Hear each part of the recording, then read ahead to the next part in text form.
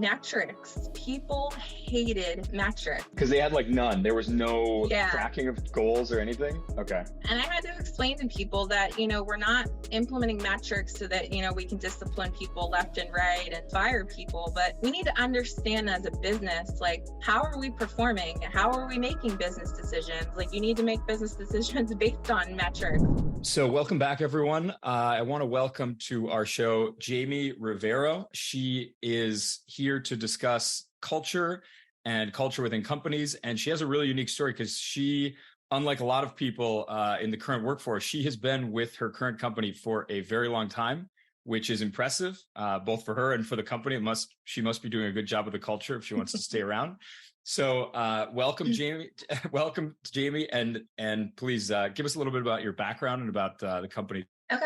My name is Jamie Rivero. I've been with the company Fox Brands. We're based in Pennsylvania, but we do have a second location in Mississauga, Ontario, right outside of downtown Toronto. We are a kitchenware wholesaler. So we have a unique business because we really are kind of B2B. So business to business selling for national accounts, like national retailers, independent accounts. And then we do a lot of like international exports. And then we're really big in e-commerce now. So we've really kind of expanded over the last couple of years to direct to consumer sales. And it's a portfolio of about 13 brands. It's everything you'd find in the kitchen, from like cutting boards to barbecue tools to bakeware. And I currently am the vice president of human resources and business operations. So I have a unique role because I'm dually HR, but very heavily involved in the operations. How long have you been with the company? So I've been with the company for 9 years.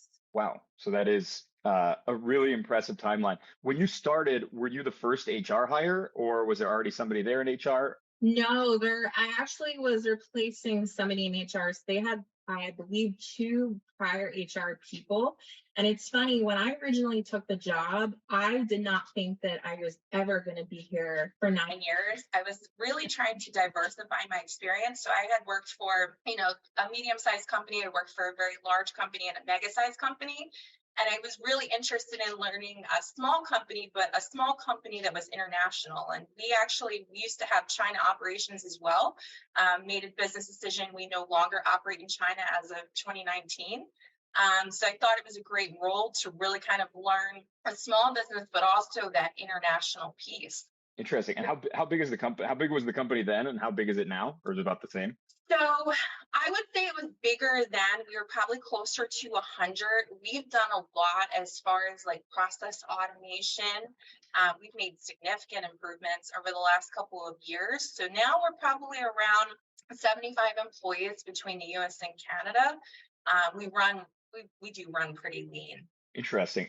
Was that challenging for you, like from an HR position, obviously you probably had to be part of a lot of those cuts and a lot of those changes. Absolutely. And even so, I started as an HR manager and then was promoted to a director of HR and operations. And I remember saying to my CEO when he had approached me about it, I'm like, I don't know if I'm like exactly qualified. And he was like, we have full confidence in you. And it's been so interesting because I've really kind of adapted in the role, and I pulled from a lot of experience prior to this, which I'll get into at a later point, where I was really kind of in a consulting role.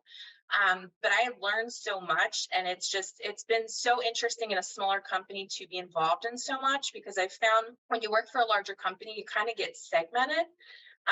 Where you only handle like certain pieces. And in this role, I'm really kind of touching everything. Interesting. And I mean, one of your focus, or one of the things you're most interested in, is sort of like company culture and how you build company culture. It's a company that's been around for, I think I saw it was around for 45 years. So, You've been around for a fraction of the overall lifetime of the company. What is, like, when you step into your original role and then as it sort of progressed, like, how do you work with the CEO to dictate culture? Is it something that you kind of decide yourself? Have you made significant changes because of the history of the company? What's been your experience? So when I originally was hired, I was hired to change the culture. That was really one of their biggest things. They really wanted to kind of shift to a performance-driven culture. And I had explained to them in the beginning, just given my past experience, I said, culture change is great, but are you prepared for, how painful it can be, how long of a process it can be? Because sometimes I feel like executives think, culture change is going to be overnight, and it's not. Yeah, yeah, A yeah. lot of change fails. I mean, the statistics out there are like anywhere from like 70 to 90% of change fails. And a lot of times it depends on the source that you look at, but a lot of times change fails because people don't truly, number one, spend a lot of time in the planning process. They don't spend a lot of time to really kind of understand what our culture is and kind of lay out a true plan of how do we get from point A to point B. And also like the check-ins, like how do we evaluate that this is effective? And at Fox Run, when I first started there, one of the big things I wanted to do was I really wanted to spend a lot of time to understand the business. I wanted to understand the employees, what did they think of the culture? And, I am a firm believer that surveys are a great tool, but surveys are not end all be all. Like you really need to talk to employees. You really need to have focus groups. You really also need to build trust with employees so that they're going to talk to you, especially being someone brand new to the organization. A lot of times they're kind of like, skeptical of like, what is this person trying to do?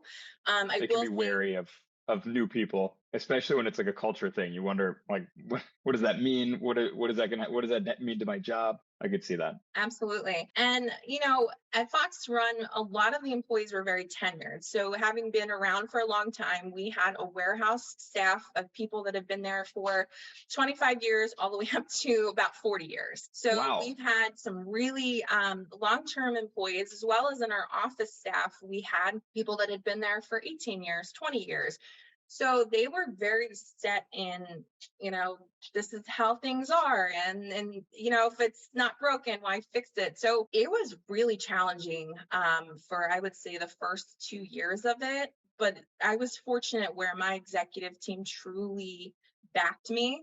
They were very open to ideas. They were very open to kind of letting me lay out a plan. I mean, obviously they gave feedback and, they had questions and stuff like that, but they really kind of gave me that autonomy and were there to truly back me up because it wasn't a cakewalk whatsoever. I mean, there were people that pushed back. There were people that pushed back really hard. I mean, there were days where I was like, I don't know if I want to, go through with this because it is hard. And especially in HR, I feel like you're the one that's, rolling out things and rolling out policies and changes. And, people look at you like you're the bad guy, even if it's coming from, other areas. So it was definitely rough, but we got through it. And there's a lot of changes that happen. I mean, we went through this whole exercise. I'm sure you're probably familiar with Jim Collins.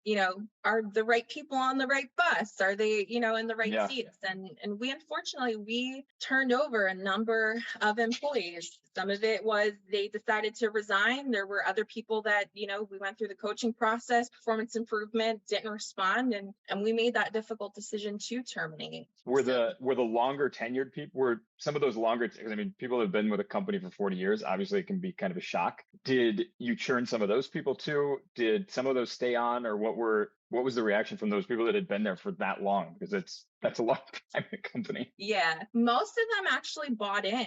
And they pushed back hard in the beginning. Like one of them is actually one of my direct reports still to this day. And he was not bought in, and he pushed back and questioned a lot of different things. But one of the things that I feel like you can be successful is number one, in the communication. So communicating why we're changing, what's the consequences of not changing, but also like getting some wins under your belt. Like it can be tempting to drastically change 100 things at once, but I've always learned that it kind of has to be methodical.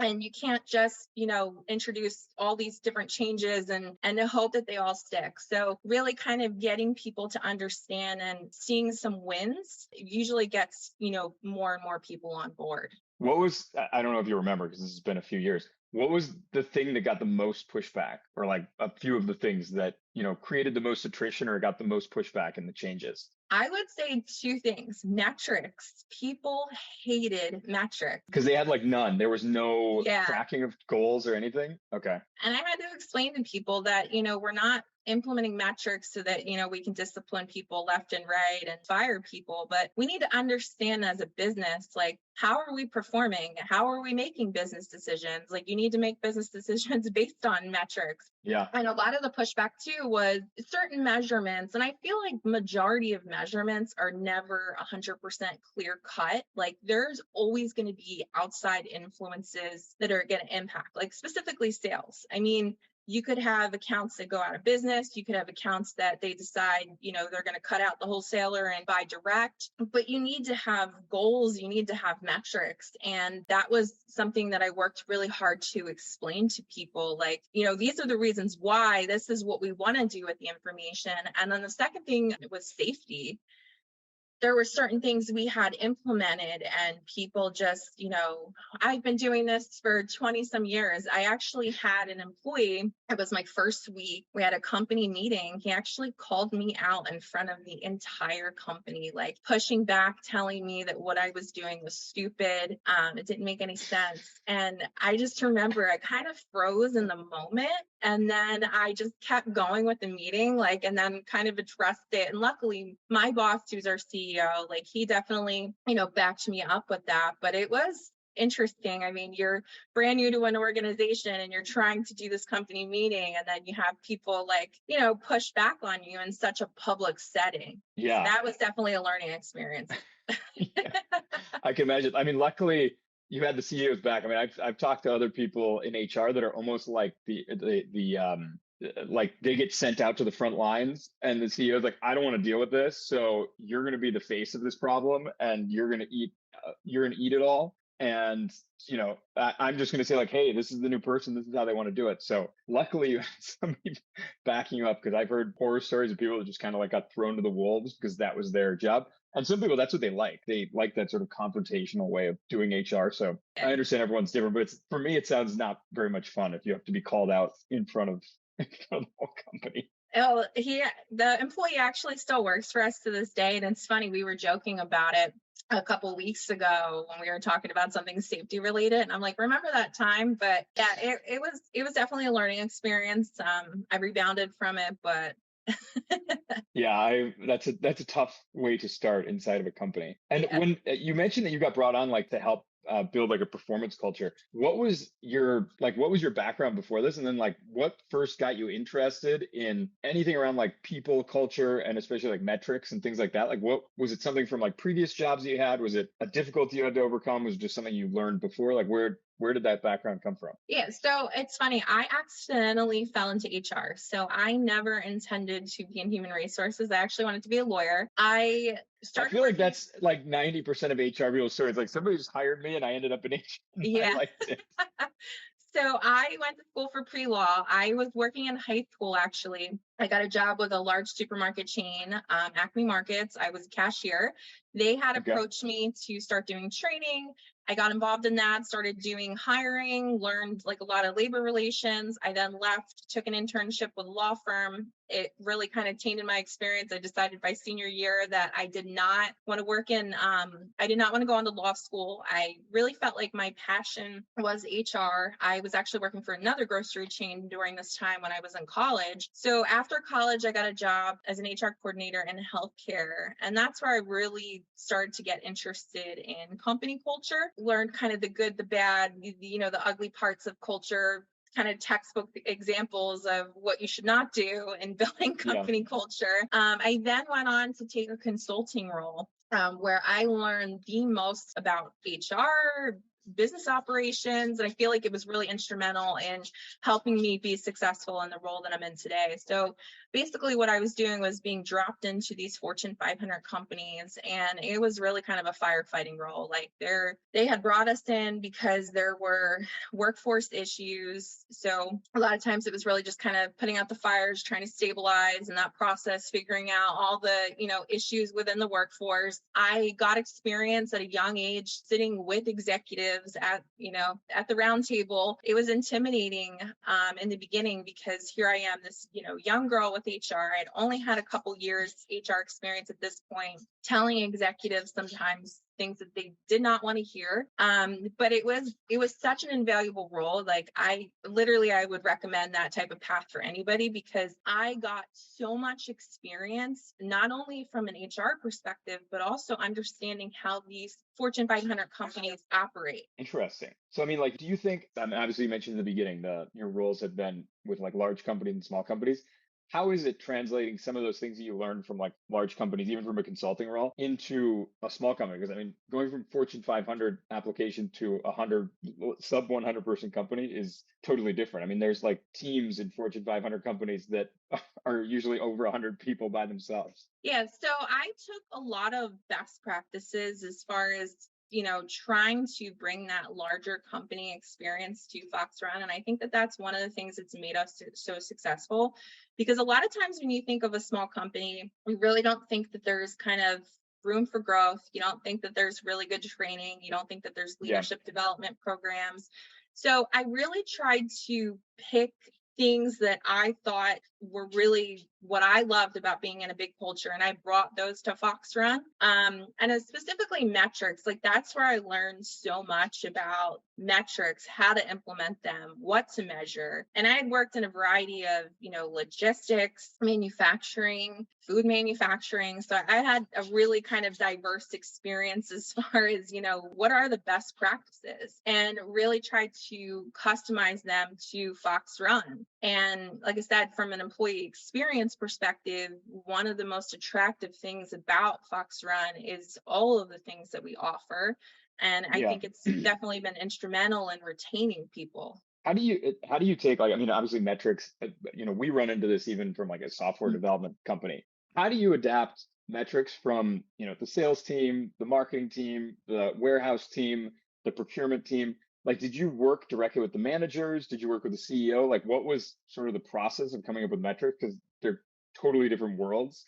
And I assume, like, even to get their buy-in, like the managers of those divisions probably had to come up with the metrics. But like, how do you give the guidelines to even come up with metrics when nobody's done it before? Yeah, so one of the things that I did was I spent a lot of time learning the departments, figuring out, how does this department operate? It was number one, really important from a recruitment perspective. And I recommend that to everybody. Like, you really need to understand roles that you're recruiting for, because I feel like if you don't 100% understand it, you might be putting the wrong type of people, which obviously is going to impact turnover. But really trying to understand how they were operating, looking at best practices. Like a lot of times I would research or talk to other colleagues at different companies to see, what are you measuring? Also looking at our system capabilities. So, some of the stuff we can measure through our ERP system. Other stuff, unfortunately, was somewhat of a manual process, but still finding that it's valuable, because you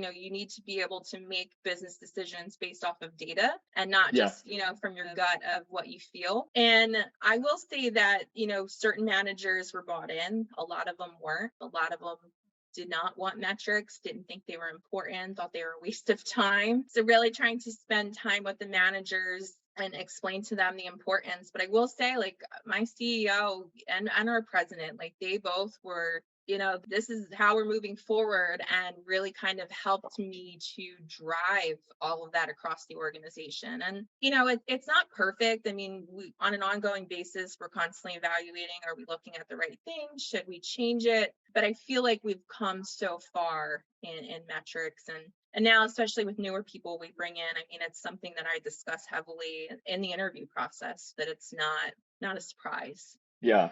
And do you guys, I mean, do you fully bake out your ideas before you implement them? Or do sometimes you guys like test them? You say, let's see how these metrics work, or let's see how this system works. Maybe it's not fully baked out yet, but you just kind of put it into play. Do you guys ever do it that way? Or do you find it's better to like, hey, we have to make sure this is totally ready before we present it to anyone else in the company? No, I will say a lot of times it's piloting and kind of making sure that we're checking in to see the evaluation piece. Like, does this measure make sense? Does it not? Should we be looking at other things? And also, one of the things that I love so much about our company culture is we're constantly evolving our business, like the lines of business that we're in. It's just so much has changed over the last couple of years. I was actually just talking to my CEO about this a couple of weeks ago. Like, it's just insane. Even from an HR perspective, like it seemed like things were kind of slow and steady up until about like 3 years ago. And it's just like, just the amount that has changed in HR. And we're really big on continuing education, professional development. So I do a lot to really kind of stay on top of trends and make sure that we're kind of following best practices. And some of it's just research. Like there were times that, I sat on Google to try to understand, what should we be looking at? And what kind of like tech stack do you guys use? What are the different tools that you guys are using technology wise? Like implement metrics, implement things with HR, streamline things. I mean, you said you went from 150 feet, you almost cut the company in half. So like a lot of the automation that comes with that.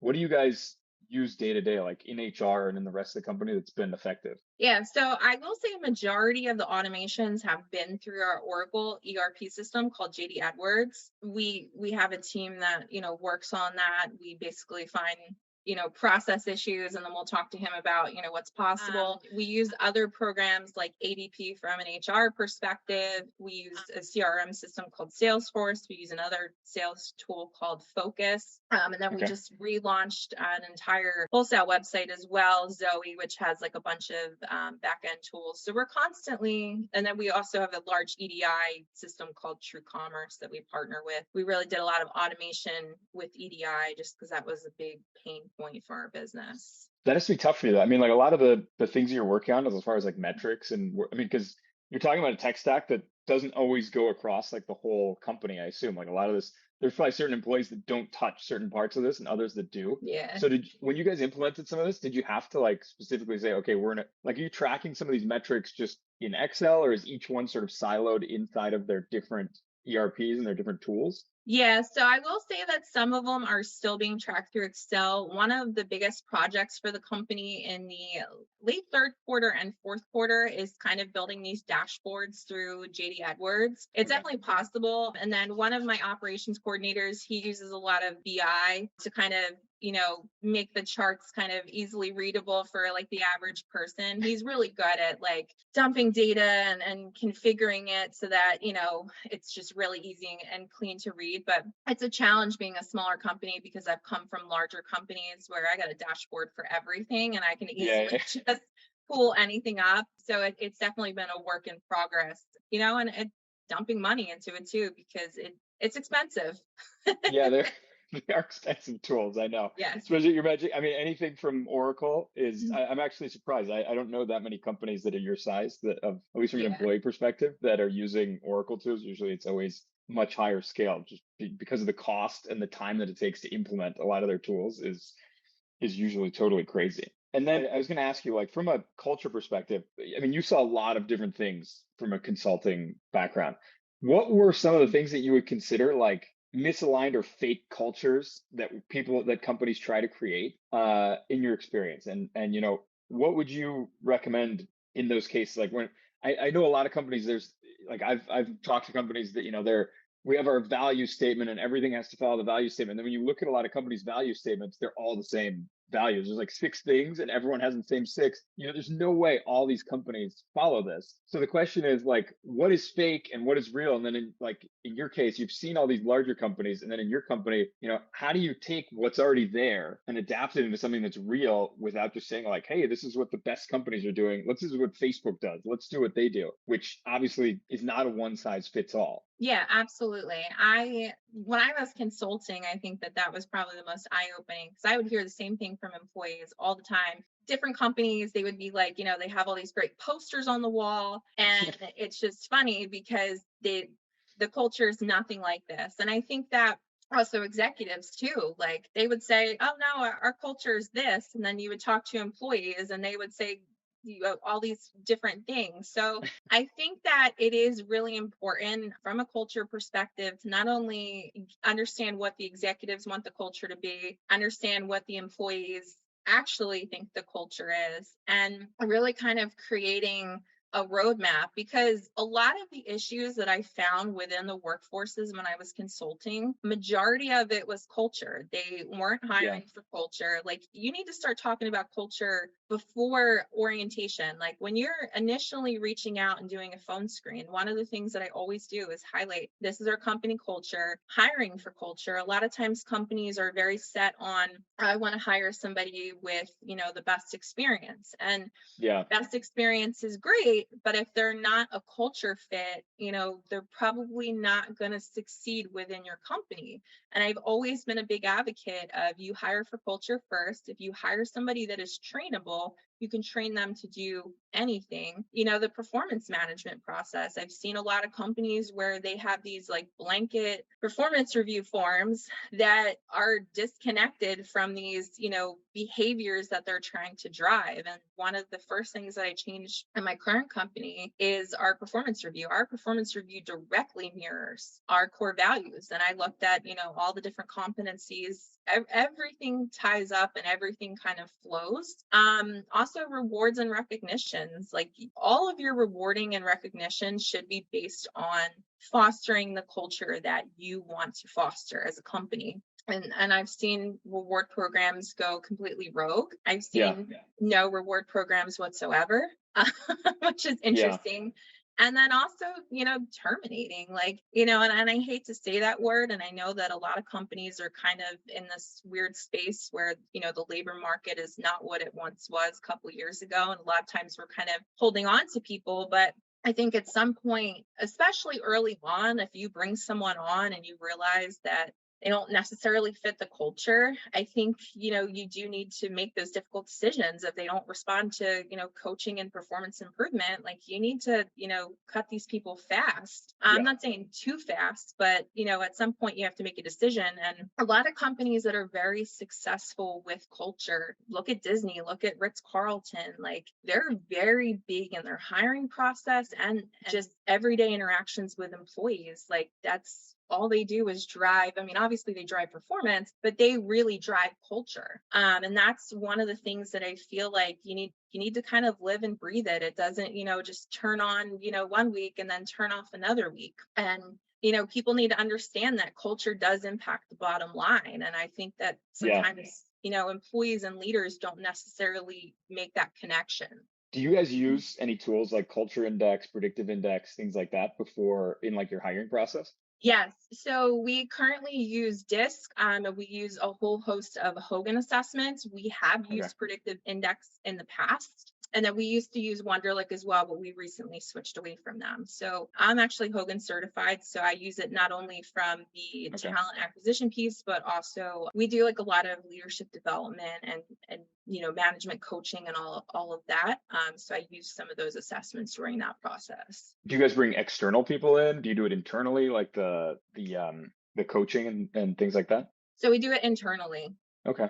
Wow. So it's one of the biggest pieces of my role. It's an area that I'm super passionate about. I've really, done a lot of professional development to get to the point of where I'm at to do that. But yeah, we don't.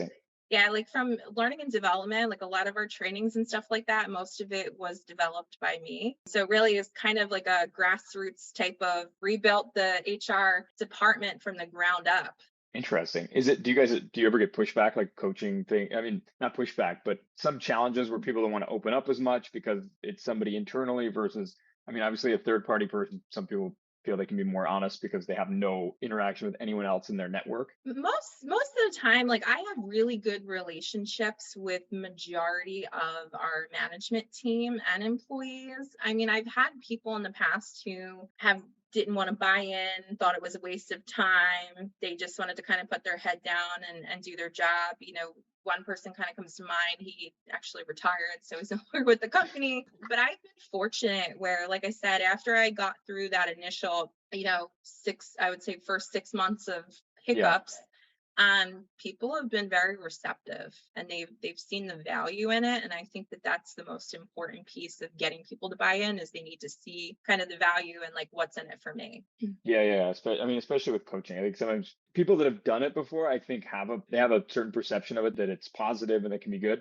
But people that haven't done it, I think it's really hard to get them to accept it and like embrace it and actually like try and take something out of it because it just has this weird connotation for people that just don't really know how it works. So That's why I'm impressed that you're able to do it like as an internal member of the team, because it's sometimes it's hard to just get people to even do it. Like, I don't need that. Yeah. I'm good. Don't worry about it. We also really try to action plan as well, because one of the things that I've always seen is like people will say, yeah, I understand that, but it's like, okay, here's some areas of opportunity. How are you going to apply this into your day to day to make sure that it's really valuable and that there is some ROI in it? It's expensive to, use certain assessments. It's, my time, their time. Yeah. So you really want to make sure that it is of value and that, there's something coming from it.